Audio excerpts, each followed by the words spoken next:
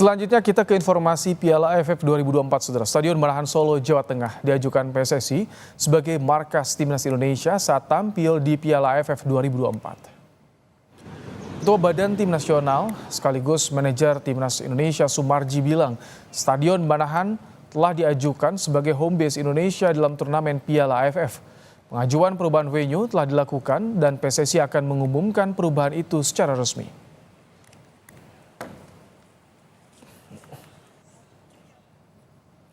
Sumarji menyatakan melalui pesan singkat kepada Kompas TV untuk menunggu rilis resmi PSSI, kami sedang mengajukan perubahan venue dari GBK ke Manahan, mengingat GBK dalam proses perbaikan sampai Maret untuk persiapan kualifikasi Piala Dunia. Timnas telah merilis 33 nama untuk mengikuti training camp persiapan ASEAN Cup, termasuk pemain senior yang bermain di liga luar. Meski demikian, pengamat mendorong ASEAN Cup menjadi kesempatan untuk pemain muda dan menjaga regenerasi Timnas Indonesia. Pelatih Timnas Indonesia Sinteyong telah memutuskan pemain yang dipanggil untuk ikut pemusatan latihan sebelum ASEAN Cup 2024. Ketua PSSI Erick Thohir bilang, kompetisi yang mempertemukan 10 negara di ASEAN ini menjadi ajang bagi pemain muda. Namun, keputusan akhir diserahkan pada Sinteyong. Sementara, pengamat sepak bola Anton Sanjoyo mendorong Sinteyong untuk menurunkan pemain muda untuk regenerasi dan memberi kesempatan jam bermain di ajang internasional. Sementara timnas senior harus fokus pada laga lanjutan kualifikasi Piala Dunia.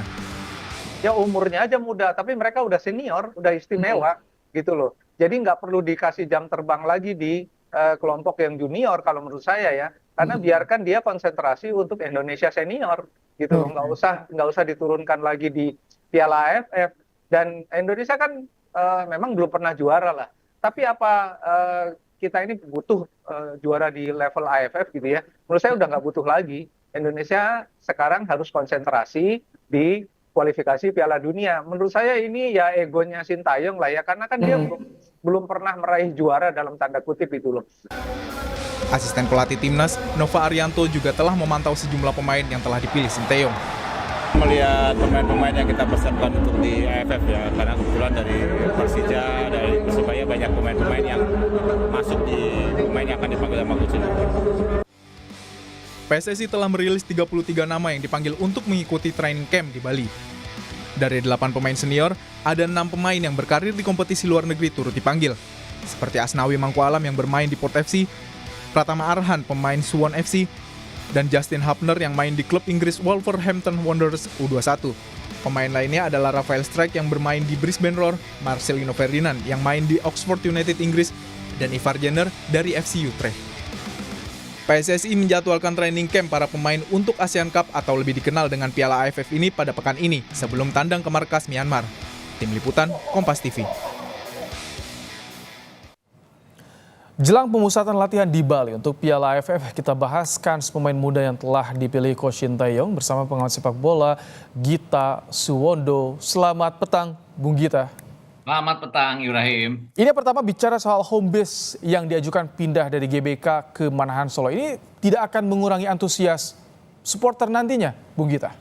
Ya harusnya sih tidak ya, karena saya melihat acuannya tahun lalu di November 2023 pada saat World Cup Under 17 digelar di Solo dan juga di Surabaya saat itu. Di Surabaya memang ada timnas, tapi di Solo kan tidak ada timnas sama sekali bermain di sana. Itu isinya Jerman, Perancis Under 17, finalnya juga antara Jerman Under 17 dan Perancis Under 17. Tapi antusias penontonnya juga luar biasa. Dan kalau saya lihat 28.000 kapasitas Manahan ini dianggap yang memenuhi syarat bagi PSSI untuk bisa memenuhi stadion, untuk bisa menjual tiket mereka. Saya yakin juga tiket AFF tidak akan semahal tiket dari kualifikasi Piala Dunia putaran ketiga ya. Ini mungkin alasannya kenapa pindah ke Manahan juga. Di samping GBK toh sedang dipersiapkan untuk Maret.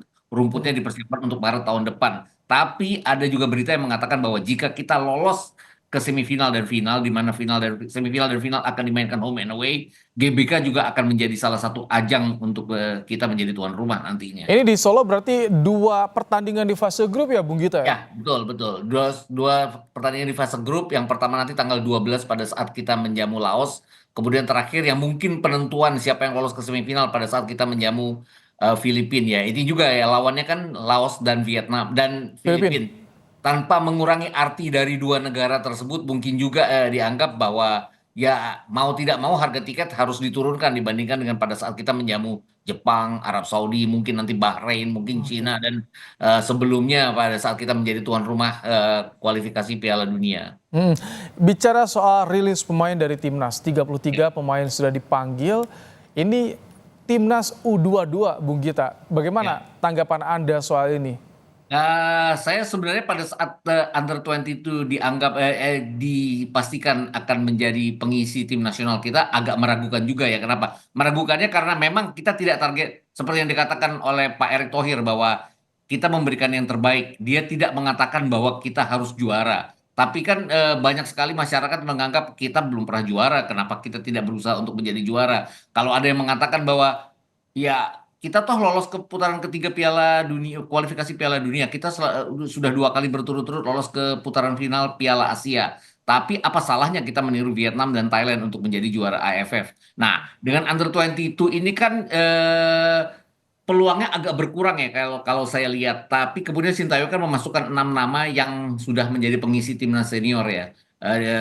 Bahkan dia memasukkan nama Ferrari juga yang sudah berkali-kali walaupun sebagai cadangan Ferrari mengisi dan Hoki Caraka ya? ya Hoki Caraka menjadi pengisi skuad senior. Jadi saya berpendapat bahwa ada kehati-hatian dari Sintayong bahwa dia tidak ingin sampai harus gugur di putaran pertama. Dia ingin setidaknya masuk ke semifinal atau final. Hal-hal seperti itu yang pasti dia perhitungkan kenapa dia memanggil kemudian beberapa pemain senior. Memang tidak ada patokan bahwa bahwa AFF harus Under 22 hanya karena sudah dicanangkan oleh Pak Erick bahwa sekarang adalah saatnya Under 22. Jadi semua orang berpendapat bahwa kenapa harus memasukkan senior? Tapi itu kan hak pelatih ya, siapapun yang dia ingin masukkan gitu. Jadi ini bagaimana nanti pemain muda bisa langsung nyetel dengan pemain yang di timnas senior nih, Bung Gita? Ya, TC pasti akan ada ya yang direncanakan akan di Bali. Tapi mungkin TC ini tidak akan berlaku bagi para pemain senior. Saya nggak yakin bahwa mereka akan dirilis oleh klubnya masing-masing. Karena saya lihat weekend kemarin bahkan nama Marcelino Ferdinand itu masuk di daftar susunan pemain bagi Oxford. Walaupun tidak dimainkan. Juga nama-nama yang sudah bermain di Eropa. Bahkan kalau saya lihat juga Rafael Struijk yang sekarang bermain di Liga Australia juga pasti akan sulit untuk bisa dipanggil untuk TC jangka panjang. Tapi saya pikir juga ini keahlian dari Sintayong untuk bisa memoles pemainnya. Dan yang harus diingat adalah satu, mungkin lawan Laos tidak terlalu bermasalah bagi kita, tapi tandang ke Myanmar akan selalu sulit dengan para pemain Under 22 ini. Kemudian satu lagi, tandang ke Vietnam juga pasti akan menjadi masalah. Dan pada saat kita menjamu Filipina di bulan Agustus ya kalau nggak salah ya kemarin Agustus pada saat kualifikasi putaran kedua Piala Dunia pun kita kerepotan hanya menang 2-0, itu pun gol datang dari skill individu Tom Haye dan Mm-mm. juga kejelian dari Rizky Ridho. Jadi saya pikir itu pemain-pemain yang sudah punya pengalaman. Ini kan pemain-pemain yang pasti levelnya di bawah Filipina. Kenapa? Filipina walau gimana pun bukan Oke. Filipina 4 tahun yang lalu kan. Mereka juga punya kemampuan untuk merepotkan kita pada saat kita tampil Nah, dengan para kalau pemain. tadi